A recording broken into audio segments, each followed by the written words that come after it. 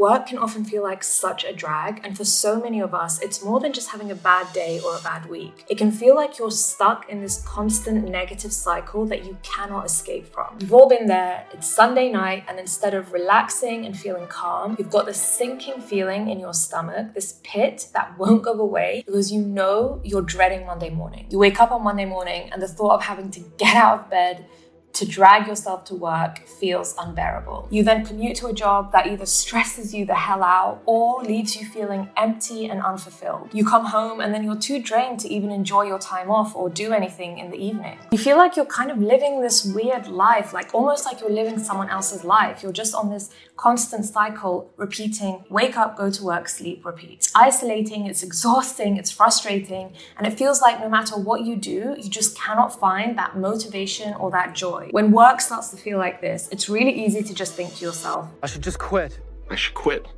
Maybe I should just quit. Maybe I should just quit. The idea of walking away from a job that makes you feel miserable feels like the ultimate solution to regaining happiness and finding something new and exciting. And whilst that might happen, quitting isn't something that you should take lightly, and it's not as simple as just handing in your resignation. It's a decision that can change the course of your life, for better or for worse. As someone who left medicine 7 years ago and since then has been doing multiple different job roles, I know how it feels. I've been there. And I'm thankful now that I've chosen a route and a job path that feels really energizing and motivating. But quitting your job isn't an easy thing to do. So before you start aggressively writing that resignation email and say, I quit, take a moment to ask yourself these questions.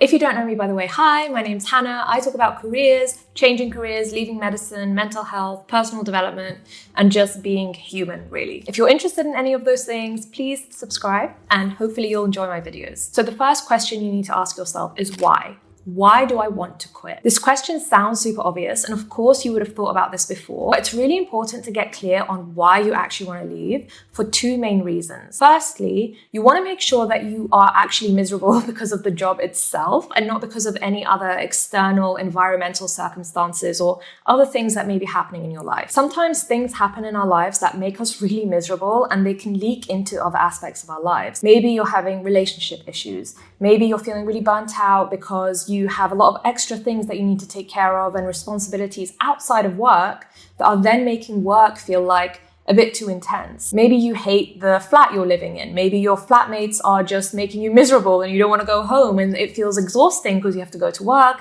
and then you have no place to chill after you come back home from work. So it's really important to just take a moment to assess everything else that's happening in your life and think to yourself, is there a possibility that misery in this aspect of my life is leaking over into how I feel about my job? The second thing that asking yourself, why do I want to quit, helps you with is really helping you get clarity on what you want to avoid in the next job. So if you've realized, no, actually it is the job itself that is causing me misery, what is it specifically that's causing me misery? What do I want to avoid in the next job? This will help you attune to the red flags early on, hopefully in the interview process or even before then when you're reading a job description. Again, it seems obvious, but sometimes it's not. Sometimes it really does take some conscious active thinking to outline what it is that you're looking for in the next role and what it is that you specifically want to avoid. The second question you want to ask yourself is, have you explored all the routes in your current job? This is really not to encourage you to stay in a job that makes you feel miserable. It's just to say that sometimes it can be hard to find a new role. Is there a possibility for you to speak to your manager or HR or explore other routes or roles within the company and see if there's something else you can try first before you leave that company completely? Because unfortunately, we're in a current state where it's not always so easy to find jobs. Some people are struggling a lot to find a new job or a new role. And sometimes some dissatisfaction that you feel at work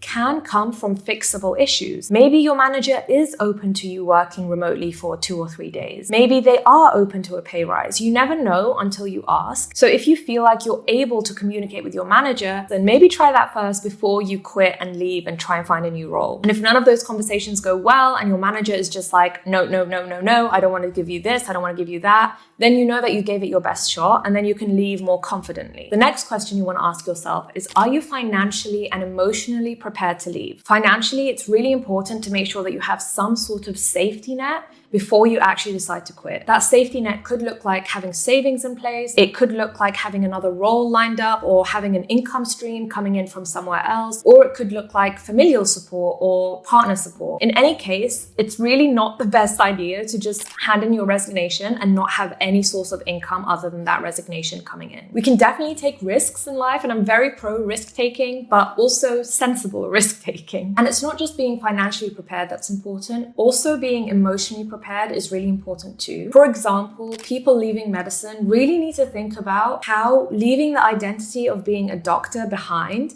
can affect them. A lot of people will have a lot of things to say about you leaving specific job roles, like deciding not to be a doctor or a nurse anymore. And you have to kind of be prepared to take on that negativity and criticism. And sometimes it's coming from you internally. You feel guilt, you feel shame. It doesn't feel good, and it's coming from you, no one else. So you have to be emotionally prepared for if your job does have a strong identity attached to it, how is it going to feel to leave that identity behind? The next question you want to ask is, do I have something else in mind lined up? In my opinion, one of the things that's going to make it really hard if you quit your job is having absolutely no idea what you want to do next. It's not necessarily that you need to have another role in place. The whole point is, though, don't wait until you've handed in your resignation to think about what it is that you want to do next. Try and have already got some kind of pathway lined up or something that you're interested in that you can explore once you leave. And if you quit your job, maybe you want to stay in the exact same job role but in a new company, and that's totally fine.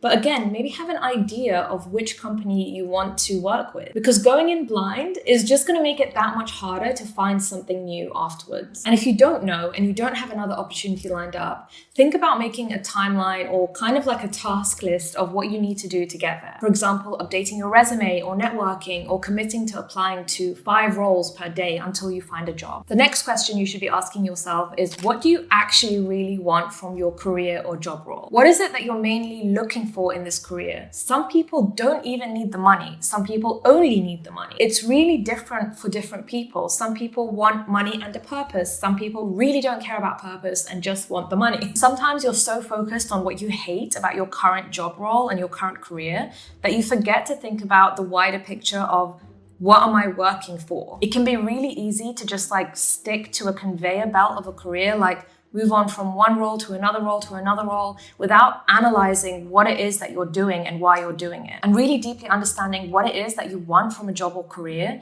can help you avoid jumping from role to role that you will just keep finding misery in because you didn't think deeply about what it is that you actually wanted out of it. The whole idea is to move towards something better instead of just moving away from something bad. The next question you should ask yourself is, have you sought advice from someone who's made a similar kind of career or job change? Sometimes when we ask people around us who are friends and family who have absolutely no idea what the role or the career entails, it can be very difficult to get unbiased opinions and opinions that come from experience. Usually your friends and family just want the best for you, but they aren't always the best people to ask. Sometimes it is actually more helpful to ask someone who's done a similar career change or job move and has experience making that move. They can tell you what to look out for, what to avoid, how easy it is to find a new role. And it's just obviously a much better place to get information from than someone who is just scared that you're going to quit your job, you're going to lose all your money, you might end up on the streets. This is the kind of worry that sometimes comes from family and friends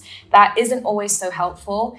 It's helpful to a degree, but it's more helpful really to ask someone who's gone through it. And if there's no one in your immediate circle who's gone through that exact career or job change, then you have the internet. There are so many platforms you can use to find people who have probably gone through the exact same process. LinkedIn is a great one. Other forms of social media, also, there are so many people you can contact. If you happen to be a healthcare professional and you're thinking about changing your job, I've created a free community for you to access those people. I'll put the link below. It's free to join. Hopefully you can find someone who has made that same transition. The next question you want to ask yourself is, are you making this decision from a place of emotion or clarity? Sometimes at work, things happen that make us feel really emotional. I'm the first to put my hand up. I get really emotional at work or just in life in general. And sometimes that emotion can cloud clarity. Not always. And the emotion is a big part of why you want to leave. If you're feeling emotional on a regular basis and it's making you feel bad on a regular basis, then of course, You're not going to want to be in an environment that makes you feel that way. But it is important to step back and think about it clearly and just make sure that there is clarity in the decision. And that is also what part of this video is about, is helping you gain clarity, removing some of the emotion and looking at it a bit more objectively as much as you can and assessing, like, is this actually a good move? And as a whole, big decisions like this, especially when it comes to career or money or bigger things in your life,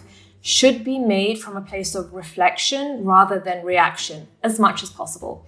I know that's hard. I know it's much easier said than done. If you can give yourself the space to think about it from a point of reflection and not reaction, then you're probably going to make a better decision. A decision you make with clarity is far less likely to lead to regret. The next question you want to ask yourself is, are your expectations realistic? In this day and age, when you're online constantly, people make things look really easy. They're like, I quit my job and made a 6-figure business in 2 months, neglecting to tell you that they've spent 10 years in that sector gaining experience and that helped them create that business. Or that they've gotten a loan from their family, and my family have helped me financially in starting businesses.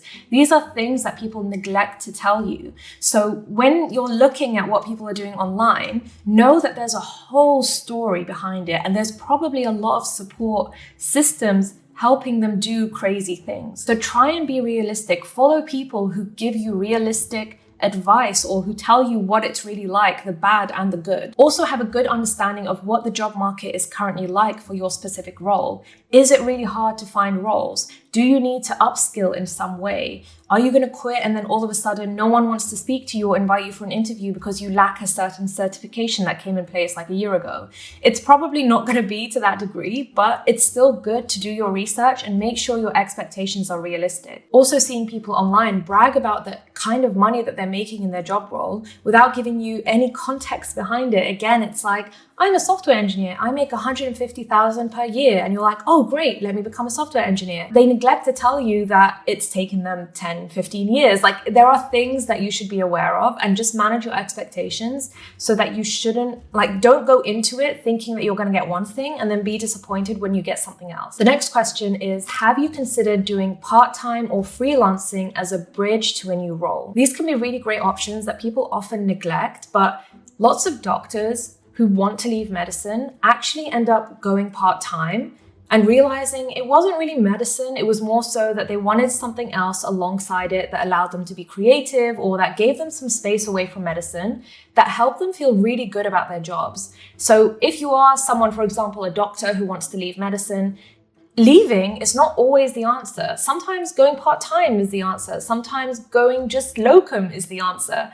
Sometimes it's really not about leaving the role entirely. It's just about getting some space away from it in your life, especially if it's an all-consuming job like medicine, and creating your life around the job role as opposed to letting the job role create your life for you. The next question is, have you researched the job market in your current field? Do you know if there are jobs out there for what you want to do? For example, I've heard from lots of UX designers that right now it's a difficult time to get a job for a UX designer.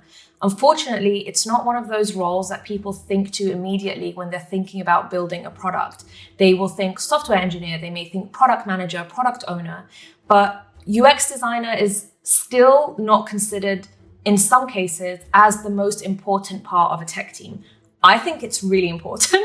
I've done UX design. I think it's a fantastic role, but because, companies are letting people go, there's less money going around, countries are in recessions, it means that certain job roles that some companies don't view as very, very critical to their product may be harder to come by in this day and age. For example, UX designers. You may still be able to find freelance work, but it may just be the case that full-time roles as UX designers can be a little bit harder to come by. That's just an example. So try and do some research beforehand and check in with the communities that you're in to see, is it hard to get a role in this specific niche or area right now? Making the decision to quit is never easy. It's a really big decision and it can feel very overwhelming. But asking yourself questions like these can really help you move forward with confidence and clarity and make you feel good about the decision that you're making. And remember, it's not just about leaving behind a job that you really hate. It's really about creating a life and a career that aligns with your goals and what you want to feel day to day. If you found this video helpful, then you might also find this video helpful helpful, where I go through an 8-step framework to help you find a job and career that you really love. Hopefully I'll see you there, and I'll catch you in the next video. Bye!